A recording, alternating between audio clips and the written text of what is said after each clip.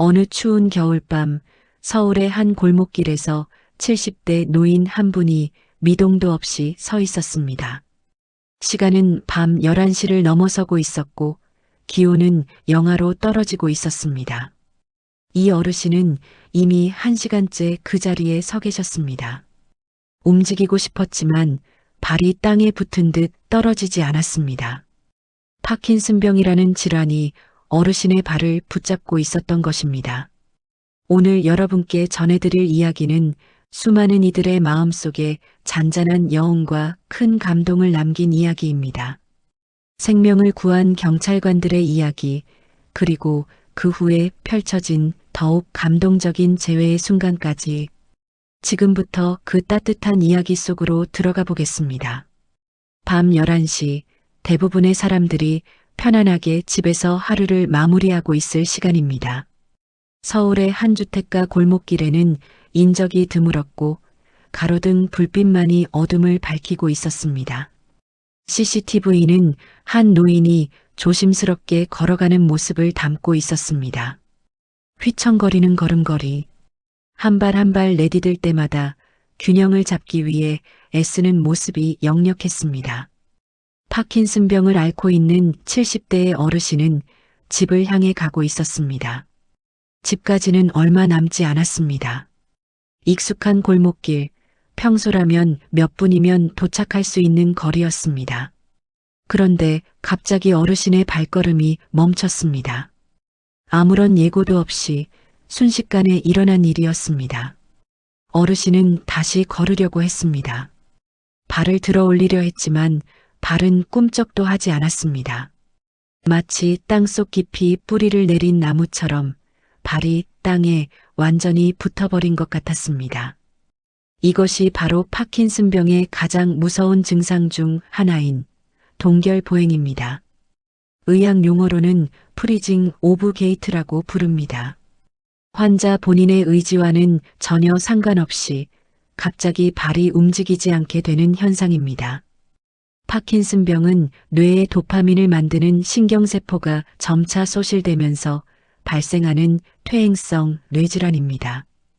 전 세계적으로 약 1,000만 명이 앓고 있으며 우리나라에도 약 10만 명 이상의 환자가 있는 것으로 추정됩니다.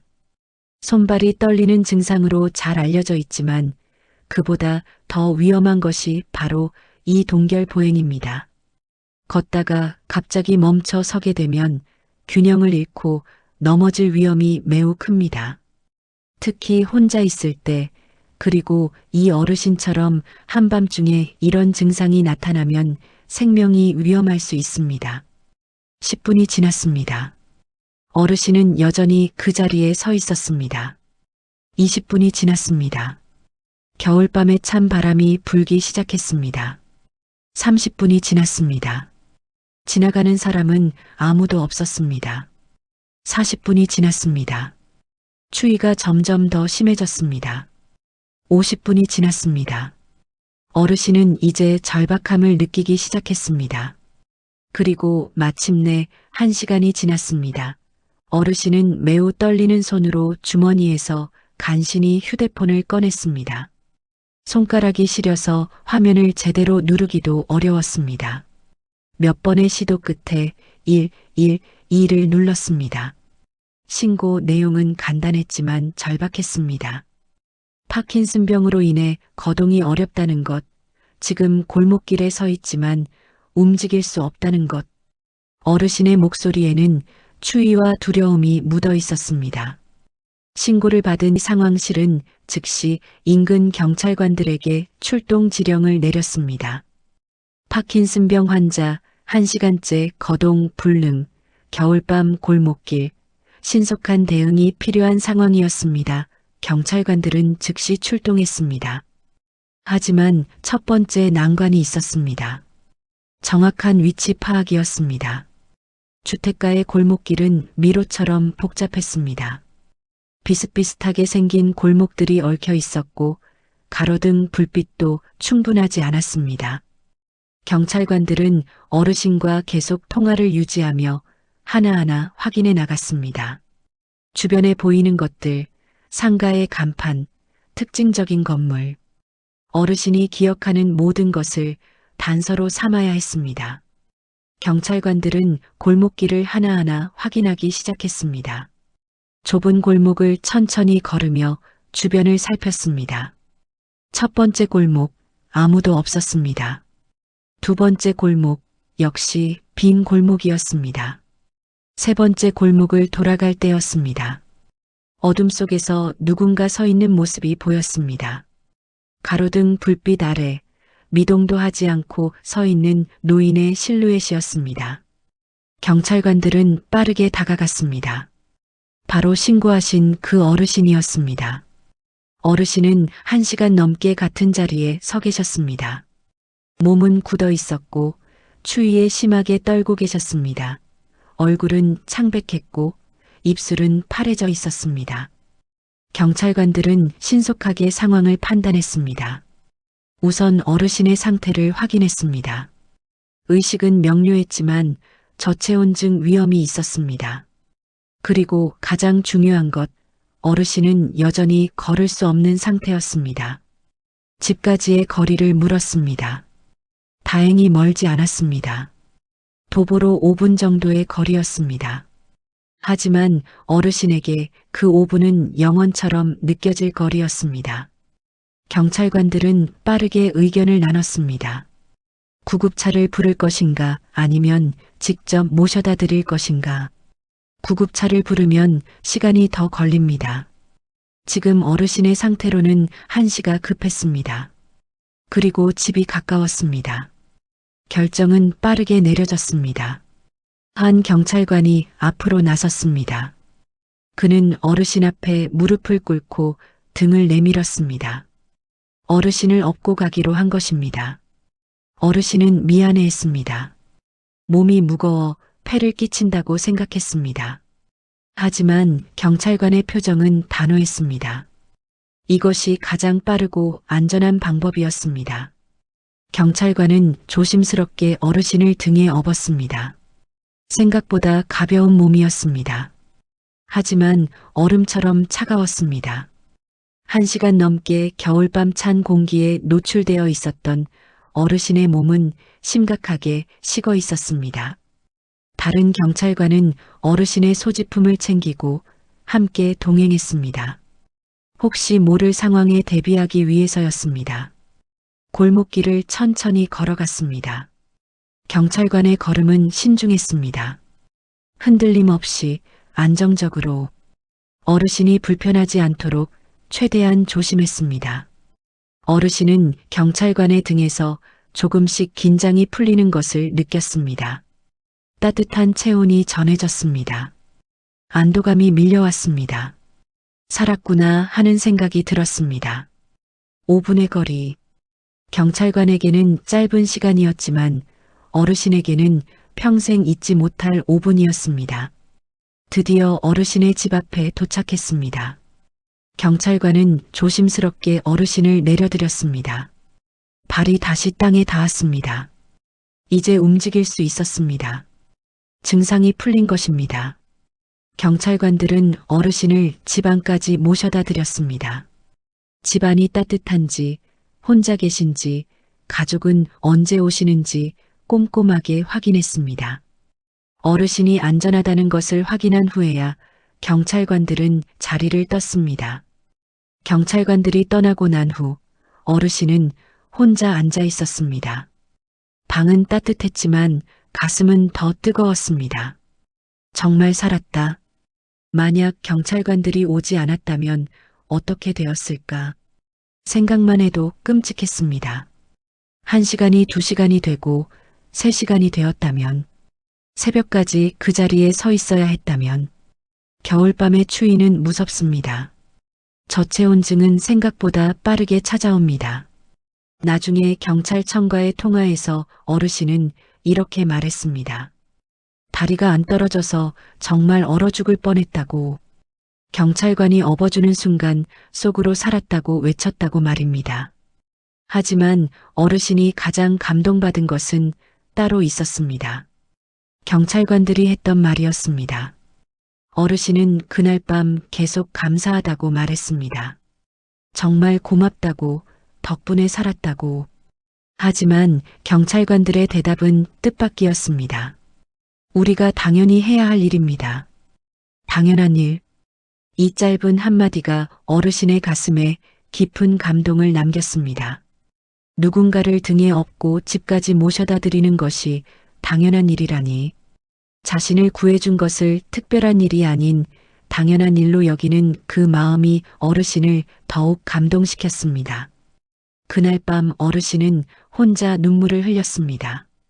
살았다는 안도감, 감사함, 그리고 세상이 아직 따뜻하다는 것을 느끼며 여러 감정이 뒤섞여 눈물이 났습니다. 다음 날부터 어르신은 계속 생각했습니다. 어떻게든 그 경찰관들에게 보답하고 싶었습니다.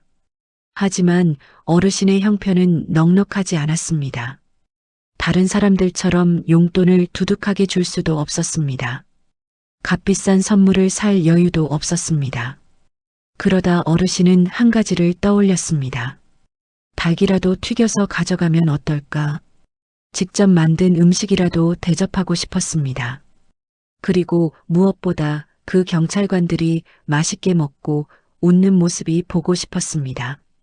이것은 어르신이 표현할 수 있는 최선의 감사였습니다.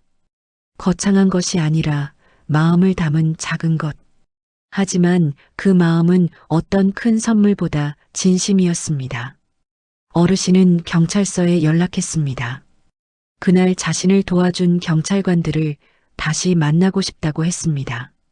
제대로 감사 인사를 하지 못한 것 같아 마음이 불편했다고 했습니다. 경찰서에서는 흔쾌히 응답했습니다. 당시 출동했던 경찰관들을 파악해서 연락을 취했습니다. 그리고 며칠 후 다시 어르신을 뵙기로 약속을 잡았습니다. 경찰관들도 어르신의 소식이 궁금했습니다. 그날 이후로 괜찮으신지, 건강은 어떠신지, 단순히 업무를 마친 것이 아니라 진심으로 어르신을 걱정하고 있었습니다. 약속한 날이 다가왔습니다. 어르신은 그 어느 때보다 들뜬 마음으로 경찰관들을 기다렸습니다. 마치 오랜만에 자식을 만나는 부모의 마음 같았습니다. 집안을 정리하고 옷을 단정히 입고 경찰관들을 맞을 준비를 했습니다. 시계를 자꾸 쳐다봤습니다. 시간이 천천히 가는 것 같았습니다. 드디어 약속 시간이 되었습니다. 초인종 소리가 울렸습니다. 어르신은 서둘러 문을 열었습니다. 문 밖에는 그날의 경찰관들이 서 있었습니다. 며칠 만에 다시 본 얼굴들이었지만 어르신에게는 평생 잊지 못할 얼굴들이었습니다. 그날 밤 자신을 구해준 생명의 은인과도 같은 사람들이었습니다. 경찰관들의 얼굴에도 환한 미소가 번졌습니다. 어르신이 건강해 보이는 모습에 안심했습니다. 그날 밤 차갑게 식어 있던 어르신의 모습이 아직도 기억에 남아 있었기 때문입니다. 경찰관들은 어르신의 안부를 물었습니다. 식사는 잘 챙겨 드시는지, 건강은 괜찮으신지, 그날 이후로 다시 그런 일은 없었는지. 어르신은 하나하나 대답했습니다. 덕분에 건강하게 잘 지내고 있다고, 그날 이후로 조심하고 있다고, 그리고 계속해서 감사하다는 말을 했습니다. 거실에 앉아 차를 마시며 이야기를 나눴습니다. 경찰관들은 어르신의 파킨슨병에 대해서도 물었습니다. 치료는 받고 계신지, 약은 잘 드시는지. 진심 어린 관심이었습니다. 경찰관들은 어르신께 몇 가지를 당부했습니다. 앞으로는 가능하면 늦은 시간에 혼자 외출하지 말 것. 특히 겨울에는 더욱 조심할 것. 가족이나 지인과 함께 다닐 것. 그리고 가장 중요한 당부가 있었습니다. 언제든지 도움이 필요하면 주저하지 말고 연락하라는 것. 부담 갖지 말고 망설이지 말고 언제든 전화하라는 것. 이 말을 들으며 어르신의 눈시울이 붉어졌습니다. 자신 같은 노인을 이렇게까지 신경 써주다니. 세상에는 아직 좋은 사람들이 많다는 생각이 들었습니다. 경찰관들은 어르신과 함께 밖으로 나갔습니다. 그날 밤 어르신이 멈춰 섰던 그 골목길을 함께 걸었습니다. 낮에 보는 골목길은 밤과는 달랐습니다. 햇살이 비치고 사람들이 오가고 평범한 주택가의 골목이었습니다. 하지만 그날 밤 이곳은 어르신에게 생사의 갈림길이었습니다. 어르신이 손가락으로 한 지점을 가리켰습니다. 바로 여기였다고. 이 자리에 1시간 동안 서 있었다고. 경찰관들은 그 자리를 조용히 바라봤습니다. 하지만 이제 이 골목길은 어르신에게 더 이상 두려운 곳이 아니었습니다. 도움의 손길이 있다는 것을, 세상이 따뜻하다는 것을 확인한 곳이 되었습니다. 집으로 돌아온 후 경찰관들은 일어섰습니다. 돌아가야 할 시간이었습니다. 어르신은 아쉬워했습니다. 더 있다 가시라고, 식사라도 하고 가시라고 했습니다. 하지만 경찰관들에게도 해야 할 일이 있었습니다. 현관에서 작별 인사를 나눴습니다.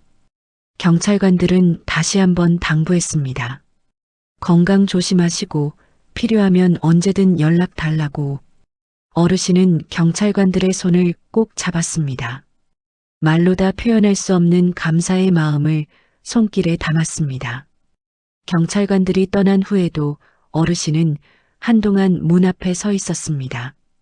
골목을 따라 멀어지는 경찰관들의 뒷모습을 바라보며 어르신은 다시 한번 감사의 마음을 되새겼습니다. 우리가 당연히 해야 할 일입니다. 이 한마디를 다시 생각해 봅니다.